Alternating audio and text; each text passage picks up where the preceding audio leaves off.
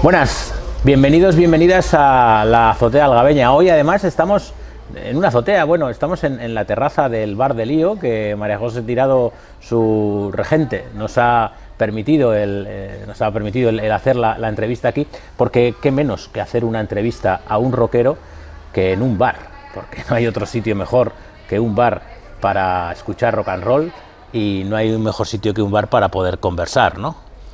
Pues sí, parece ser que los bares son templos míticos de los bares, de los rockeros y del rock and roll. Sí, José sí. Manuel Velázquez, ahora que hablamos de los bares, ¿qué lugares cantaba Gabinete Galigari? Sí. Yo he escuchado tu disco, el disco este que hemos visto antes, el de Nada es para siempre. He escuchado vuestro disco, que no eres tú un solista, porque estáis los cuatro aquí perfectamente retratados en la contraportada. Y a mí me ha sonado lo primero a Galigari. Me ha Sí. sonado mucho a Galigari.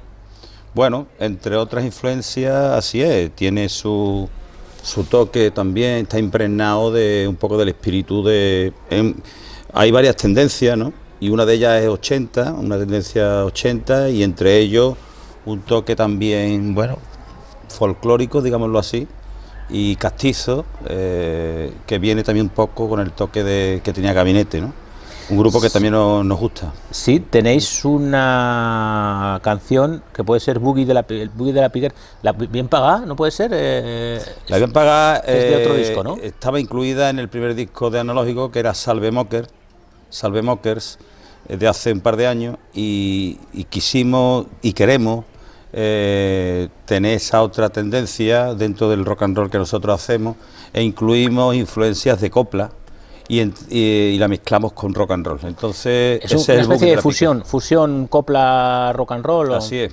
Quisimos investigar por ahí y nos salió pues el Boogie de la Piquer, que bueno, creo que nos ha quedado muy chula, y bueno, en todos los conciertos pues la verdad es que gusta muchísimo. Es una mezcla de rock and roll, boogie, donde se incluyen letras, estrofas en este caso, de Concha Piquer. Oye, ¿sienta bien eso de que te digan tu sonido se parece a otro grupo o no? Ya no me importa, no, porque en realidad hay una mezcla de diferentes tendencias, ¿no? Al final uno es un poco lo que ha escuchado en Totum Revolutum, al final le sale un poco todas esas tendencias, pero no solamente de Gabinete, sino un poco de las tendencias oscuras de los 80, sonido más bien afterpunk también, si quiere, hay rock and roll y hay su toque de garaje, o sea que hay diferentes tendencias dentro de ese disco. Un toque surf también, con lo cual, bueno, ahí están manifestándose diversas corrientes musicales. ¿Y qué te pasa a ti cuando escuchas el trap Que, bueno, yo no lo entiendo. o el reggaetón? No lo entiendo. Está claro que desde hace unos 20 años aproximadamente otras músicas han ido ocupando el espacio que tuvo en otro tiempo el pop y el rock en general. Sigue habiendo rock y sigue habiendo pop, pero desde luego un buen espacio, mucho espacio del que había del sonido de la música está ocupado desde los 20 años aproximadamente dentro del hip hop, del reggaetón sobre todo. Además, las grandes industrias han apostado por el reggaetón de forma clara, porque está claro que sigue ahí y que, bueno, pues es lo que escuchan los chavales, y lo que escuchan los chavales al final es lo que se escucha en la calle, igual que cuando íbamos nosotros a los bares de moda, pues se escuchaba rock, se escuchaba pop español, por ejemplo, y ahora lo que se escucha es eso. Tú ves a los chicos en clase, los chicos en la calle, y lo que les gusta es eso, el rock no lo conoce, ¿eh? Cuando yo en los 80 escuchaba punk, claro, mis padres no me entendían, y mis abuelos menos todavía. Sí. Entendían que aquella música era ruido, o que no decía nada, que sus letras eran muy simples y que era una ruptura con todo lo que había. Uh-huh. Yo creo que reproducimos también ahora mismo ese mismo, es como nuestros padres con nosotros ahora con el reggaetón y con el trap, es cierto, ¿no? siempre hay un relevo generacional que te pisa tus guiones y las cosas que tú has aprendido, y siempre hay algo de eso. El que diga que todo lo de antes era bueno, cualquier pasado fue mejor, pues se equivoca, ¿no? Sin embargo, también hay que tener en cuenta que no siempre lo nuevo actual tiene que ser mejor que lo antiguo. O sea, ni una cosa ni la otra, ¿no? Yo creo que hay ciertos conceptos que sí hemos involucionado, en tanto en cuanto la música en español antes ha tenido cierta relevancia en los 80 en España, ¿no? En el panorama musical tuvo la música en español relevancia. Ahora pues no lo tiene tanto, creo. En cualquier caso, hay una pobreza musical que es manifiesta en el mundo del trap y en el mundo del reggaetón, donde nosotros que hemos aprendido, bueno, a escuchar música con instrumentos, pues ahí se pierde bastante, ¿no? Pero bueno, es el signo de los tiempos. Bueno, sí, es cierto, avanza, las cosas avanzan y nuestros chicos y nuestras chicas escuchan otras cosas. Analógicos, claro, estás hablando, o sea, os llamáis analógicos, me imagino que os llamaréis analógicos por algo. Ser analógicos significa ser lo contrario de digitales. Correcto. En esta época. ¿Os reconocéis como analógicos también, más allá de vuestro propio nombre? Claro, en principio es una reivindicación romántica, si quiere, ante la avalancha digital que todos, de una manera o de otra, estamos abocados. Quien diga que todo lo hace analógico, evidentemente no puede vivir en este mundo, ¿no? Nosotros trabajamos también en un mundo donde las aplicaciones digitales pues son un hecho y tienes que estar acostumbrado a manejarlas, ¿no? En el día a día. Pero bueno, siempre queda un poco esa voz, esa bandera resiliente, ¿no? Un poco ese toque romántico, donde decimos que al menos tocamos instrumentos, música del siglo XX, instrumentos del siglo XX, ¿no? Que son los que nosotros con los que iniciamos y que creo que todavía es una bandera que merece la pena luchar. Bueno, ¿qué grandes grupos ha habido que se han separado, José Manuel? ¿Vosotros cuánto tiempo lleváis juntos? En la formación actual pues llevamos pues a partir de 2015 o aproximadamente, ¿eh? Empezamos con el proyecto 2011-2012, pero la formación ¿por qué hay esa completa, dificultad de llevarse bien en un grupo? ¿Por qué? Pues igual que en casa, igual que en los matrimonios, igual que con todo. No, pero parece es como difícil. que en el rock and roll a veces que algunos vuelven diciendo no vamos a ver nunca más. Y al de 10 años o 15 años cuando necesitan pasta, pues dicen venga, volvemos otra vez. El roce continuo de una persona trabajando codo con codo y muchas veces viajando o tocando, erosiona evidentemente la relación. Yo creo que es como con cualquier grupo humano, ¿no? El roce continuo, pues, y también un poco la lucha de intereses, a veces los egos también, los intereses personales, un poco, y el roce continuo de una relación, pues provoca separaciones y recelos y al final, pues, distanciamiento y separaciones. Pero bueno, nosotros parece ser que no estamos compenetrando lo suficientemente bien como para aguantar el embate del tiempo, ¿no? Bueno, uno cede por un lado, otro cede por otro y al final estamos consiguiendo mantenernos, ¿no? Unidos, ¿no? ¿Cuánto hay de afición y de profesión en vuestro periplo? Nosotros somos profesionales, en tanto en cuanto llevamos ya mucho tiempo trabajando en la música, ¿no? Nos tomamos los conciertos con seriedad y profesionalidad y las composiciones se hacen, creo que con rigor y con profesionalidad, ¿no? Aparte que es la pasión, ¿no? De nosotros, ¿no? Llevar música original a un público determinado. Si no fuera así, ya estaríamos fuera de este espectáculo. Pero evidentemente el rock and roll en este país no da como para retirarse, ¿eh? Me encantaría vender todos los discos y hacerme rico y estar en la cima de la miseria. ¿Y dejar de ser profe? Pues de momento no. Esa es mi actividad number one, que es la que me da el sustento de mi vida, ¿no? Eres profesor de geografía e historia. Así es. En secundaria. Correcto. Y hay una de las canciones que es curiosa, si te dicen que caí en el jarama, ¿no? Sí, hay una canción con un toque marcial al principio. Bueno, es una canción que tiene su historia. Si te dicen que caí, porque me recuerda un poco a películas inspiradas en la guerra civil. Si te dicen que caí, bueno, la canción se llama Jarama Valley.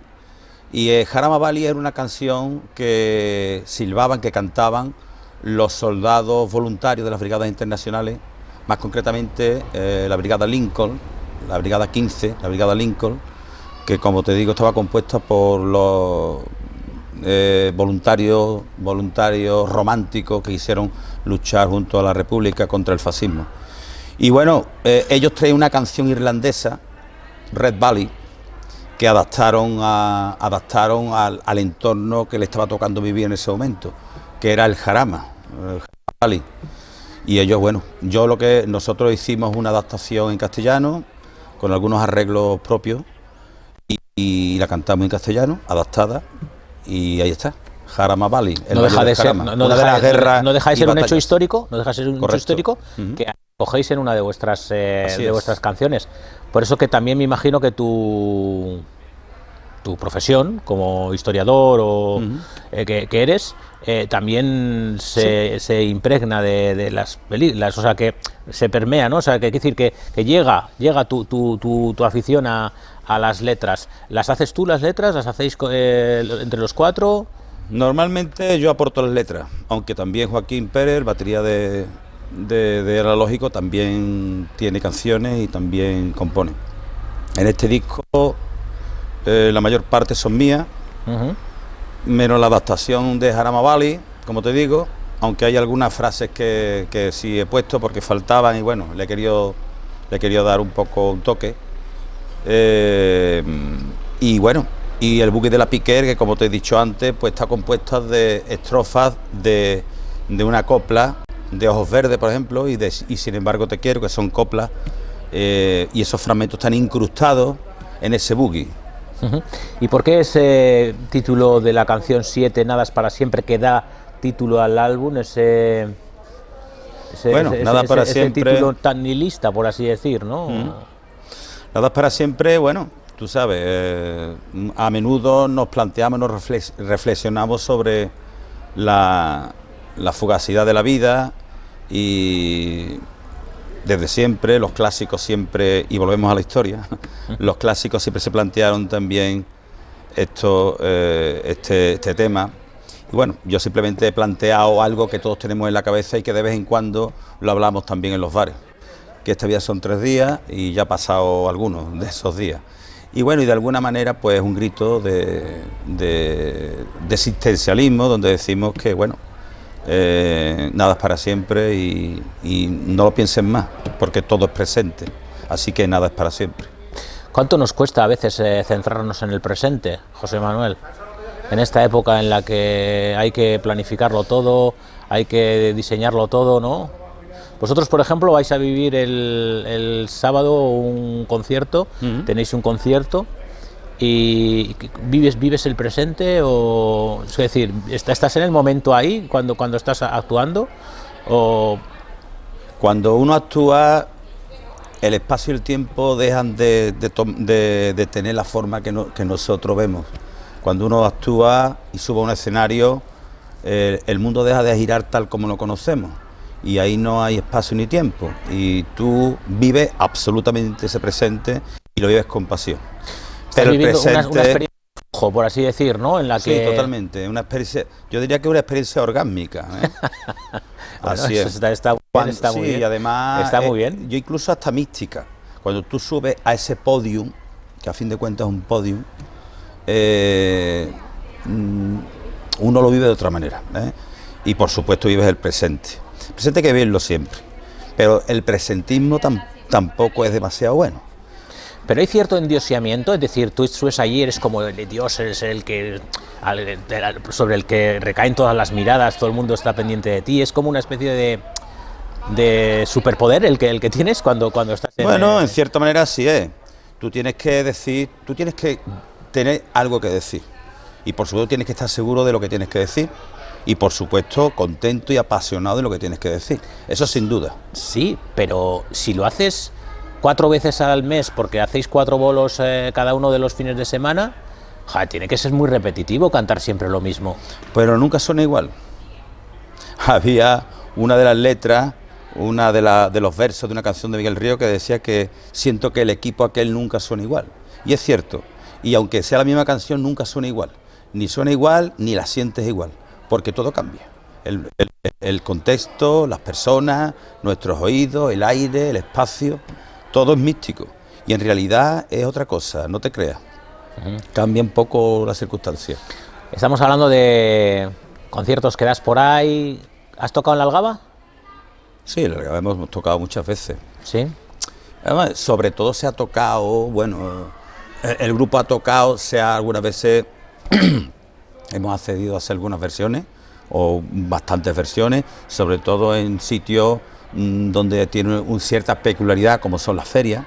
Recientemente estuvimos tocando en la Feria de la Algaba, en la caseta de los Pumas, por ejemplo, en la caseta del Partido Socialista también estuvimos tocando, lo más reciente que hemos hecho aquí en la Algaba. Y bueno, pues nosotros aquí encantados siempre de estar aquí con nuestros amigos y con gente que viene de fuera a vernos y tal. Nosotros hemos estado, bueno, en diversos sitios ahora. Mañana, este será el último concierto de lo que le llamo el Anal Tour, dentro de Sevilla. Suena un poco escatológico, sí, pero bueno, viene de analógico. Hago un juego de palabras que tocaremos en la Cartuja, en el CAP, este próximo sábado. Y bueno, pues nosotros encantados que salgan conciertos. Y serán canciones parecidas, pues claro, no puedes tener 30 canciones cada vez que tocas en un sitio diferente. Ha habido un momento en la Algaba, seguimos con la Algaba, sí. Hablando de la Algaba. Hubo un momento en el que a nivel musical había varios grupos, había varios importantes.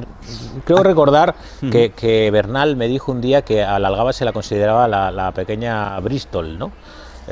Brighton. Bueno, en eso que te cuenta él, aquí a dos grupos. Aquí hubo varios grupos, 2, incluso 3 grupos, hace ya lo menos 30 años. Él te comenta un poco por la efervescencia que tuvo un poco cuando él tenía su local, ¿no? El Desván, que era un sitio de refugio de las que nos gustaba la música.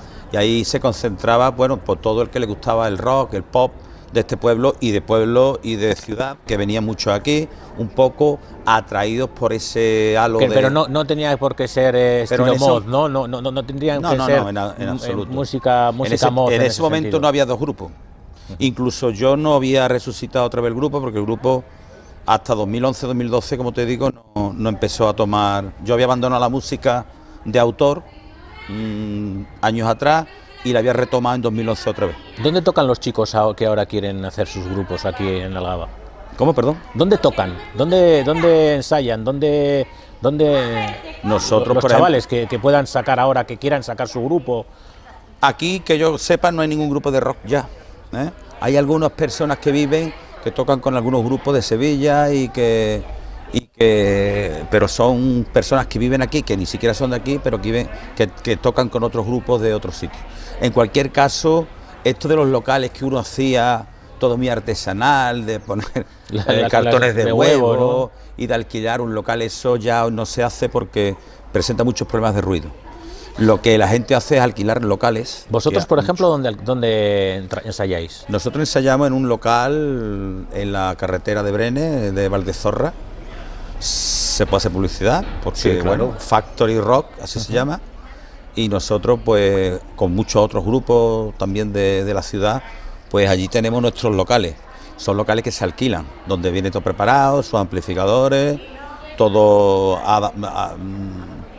maravillosamente adaptado para el sonido, sus altavoces, su mesa de sonido, sus micrófonos, sus amplificadores. Solamente tienes que llevarte tu instrumento y ahí puedes hacer buenos ensayos sin molestar a nadie. Eso es lo que habitualmente hace la gran mayoría, a menos que tú tengas un pedazo de zona, sitio, aunque esté en el centro, que esté súper insonorizada, cosa que no ocurre. Ya. Lo que pasa es que ahí se pierde un poco la vidilla que había antes, ¿no? Del local propio. Claro, porque eso va a alquilar me tomo una cervecita en mi lugar. Ahora me imagino que los de Factory no te permitirán tener tu nevera en tu lugar de ensayo y demás, ¿no? Sí, lo de la cerveza no se ha perdido. La cerveza sigue estando, lo que evidentemente eso va por hora, no es un sitio donde tú allí puedas retozar, claro, y pegarte allí 2 horas y tomando la cervecita, te la puedes tomar fuera o adentro, pero todo ese tiempo corre, ¿no? En cualquier caso, hay un cambio importante, ya no una cosa tan propia, pero sí, bueno, el problema de los ruidos de los locales que no estaba bien adaptado al sonido, y más en estos tiempos donde no puede hacer ruido, y muchos grupos y muchos bares dejaron de tener conciertos por el problema del ruido, famoso desde hace ya pues casi 20 años que esa ley del ruido pues ha ido apartando al rock and roll de la escena de los bares, pues ya no se tiene, pues claro, en los locales están muy Lo dices así como con cierto sí, con cierto rencor hacia rencor, esa ley, ¿no? Sí. Rencor o... creo que yo no te digo que haya a las 4 de la mañana un bar que esté haciendo ruido, que antes ocurría, pero ni eso, ni que a las 7 de la tarde o a las 8 de la tarde no pueda haber en un bar un concierto. Creo que eso es cultura y hay que protegerla. Y podría estar al mismo nivel que el derecho al silencio o el derecho al descanso. Podría estar al mismo nivel. Si consideramos que la música rock o la música en directo es cultura, ¿por qué no protegerla? ¿Por qué no ponerla al mismo nivel que el derecho al descanso? ¿No? Sí, lo que pasa que a veces a veces pueden ser incompatibles, no lo sé, si tienes razón, ¿eh?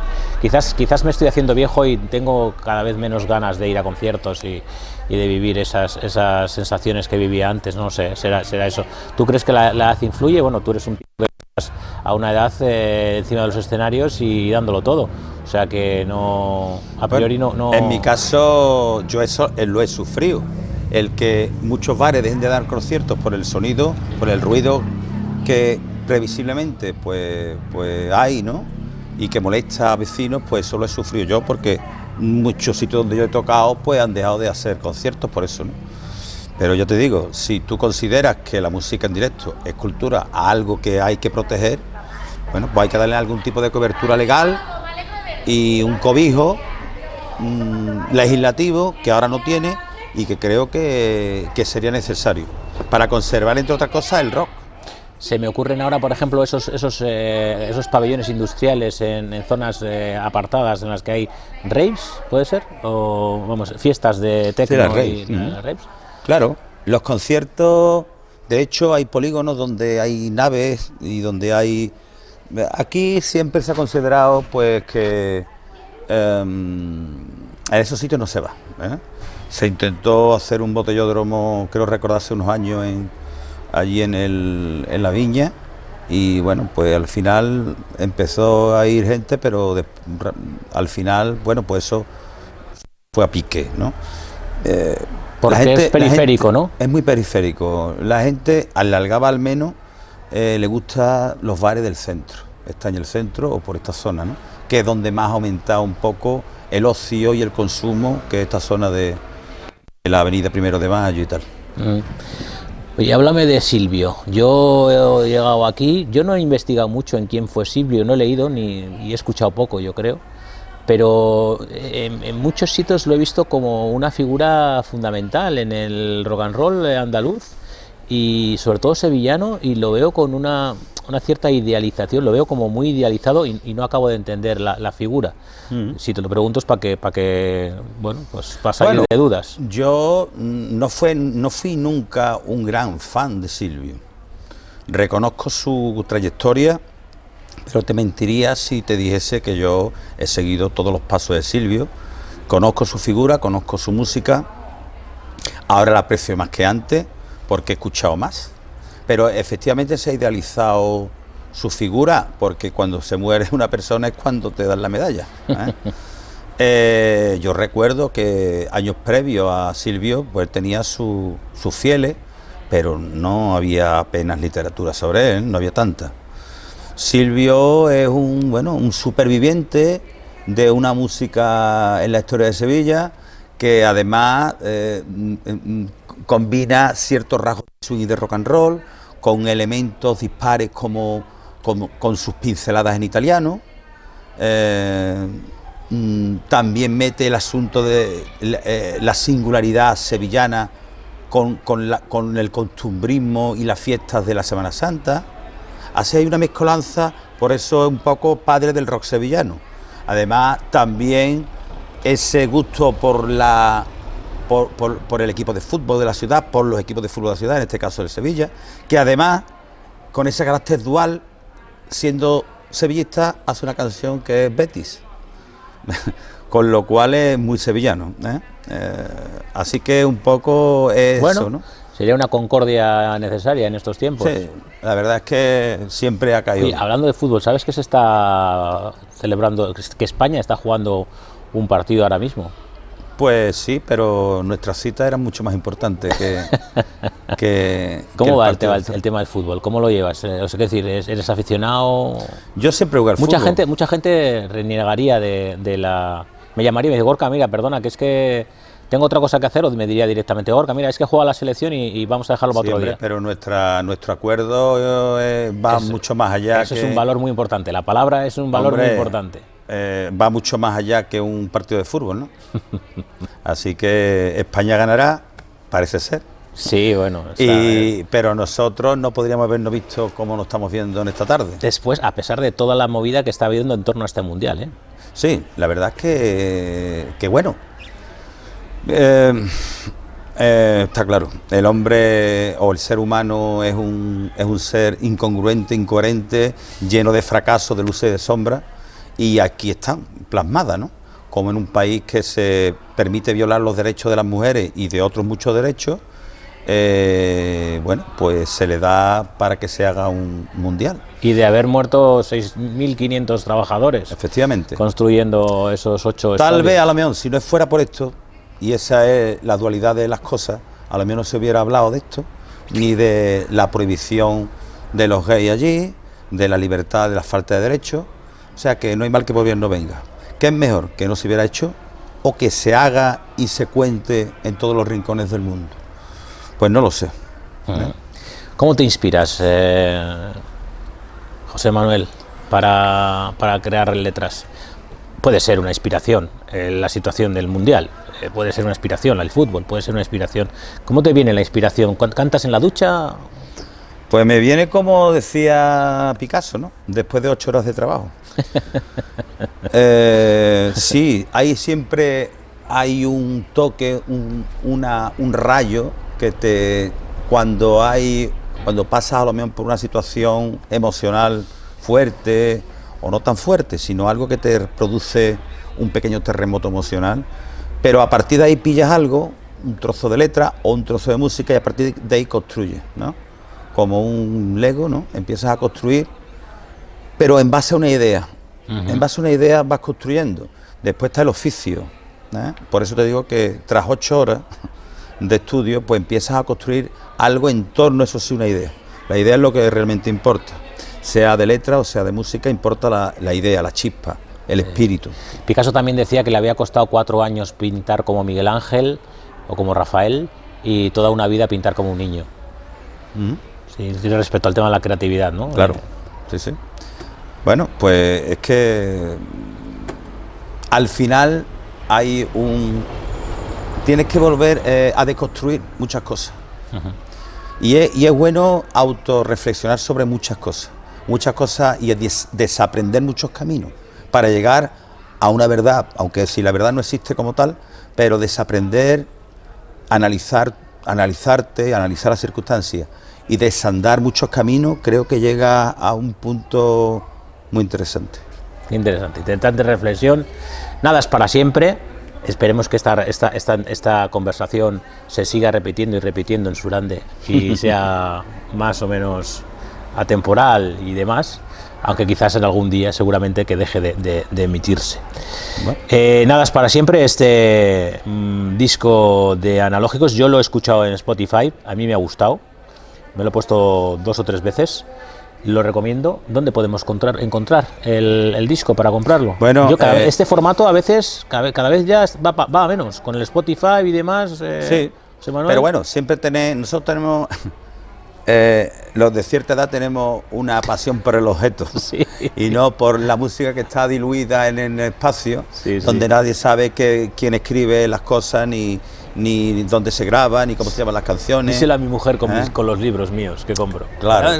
Ya estás comprando otro libro y otro. Claro. Yo no puedo leerlos en... Bueno, tal vez hagamos también algunos vinilos que también están de vuelta de vuelta, salen sí, carísimos, sí, pero molan también. Pues mira, podemos comprarlo a nosotros mismos directamente o bien también en la Tabernal de Bernal, también hay ejemplares que pueden comprarlo o llamarnos a nosotros. En varios puntos de Sevilla también tenemos puestos algunos discos y bueno, en principio contactar con nosotros por Facebook, Instagram, bueno, y muchos nos conocen ya, así que bueno. José Manuel, yo lo recomiendo, yo yo también. Tú lo recomiendas porque sabes que es currado y que os lo habéis currado y que eso, pero suena, es como parir un hijo, El sonido es muy bueno. Luego ya te podrán gustar más o menos unas canciones más que otras, pero está muy bien. Pues nada, hasta aquí la Azotea Algabeña. José Manuel, muchísimas gracias. Nos seguiremos viendo. Gracias a vosotros, a Surande, por darme la oportunidad de contarnos unas cuantas de cosas y también por celebrar también nuestro segundo hijo de Analógico, que es Nada es para siempre. Bueno, pues aquí que estás en tu casa, cuando quieras vuelves y volvemos a hablar. Cuando tengas un tercero, pues hablaremos del tercero. Muchas gracias, Gorka. Muy bien. Pues muchas gracias también a María José Tirado por permitirnos esta terraza como plató para la Azotea Algabeña. Y nada, emplazarte al próximo programa. Ya se nos va acabando el año, así que habrá que ir cerrando este 2022 para ver qué nos depara el próximo 2023. Aquí estaremos, como siempre, en la Azotea Algabeña, en su Surande televisión local favorita. Adiós.